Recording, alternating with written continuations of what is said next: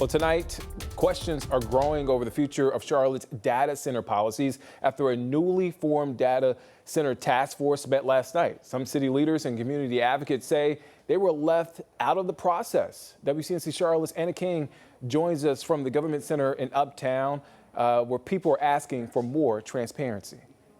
The meeting sparked a lot of concern from Charlotte leaders who say their phones have been ringing off the hook from community members with a lot of questions. As we are developing one of the most consequential land use decisions that is going to safeguard our city's infrastructure for decades to come, we need to make sure that the decision earns the public's trust.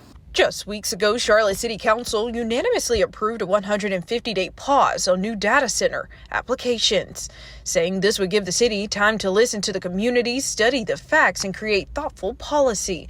But after the city's new data center task force held its first meeting Thursday night, questions are now being raised about who was invited to help shape those recommendations. Councilmember J.D. Mosqueda Arias says the city council learned about the task force the same day it met.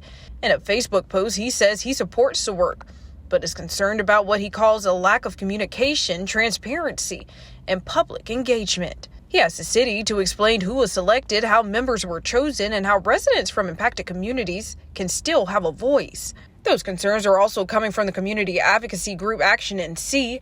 The organization says its coalition partners were left out of the city's stakeholder group, despite being actively involved in the data center debate. Councilmember Dimple Ashmeda says she's now waiting for answers on how the city plans to rebuild public confidence. At this point, I'm waiting to hear back from the city manager on how we make sure, how he can ensure that the process will stay transparent and how we can earn the public's trust at the end of the day. The task force is expected to meet again later this month. In Charlotte, Anna King, WCNC Charlotte.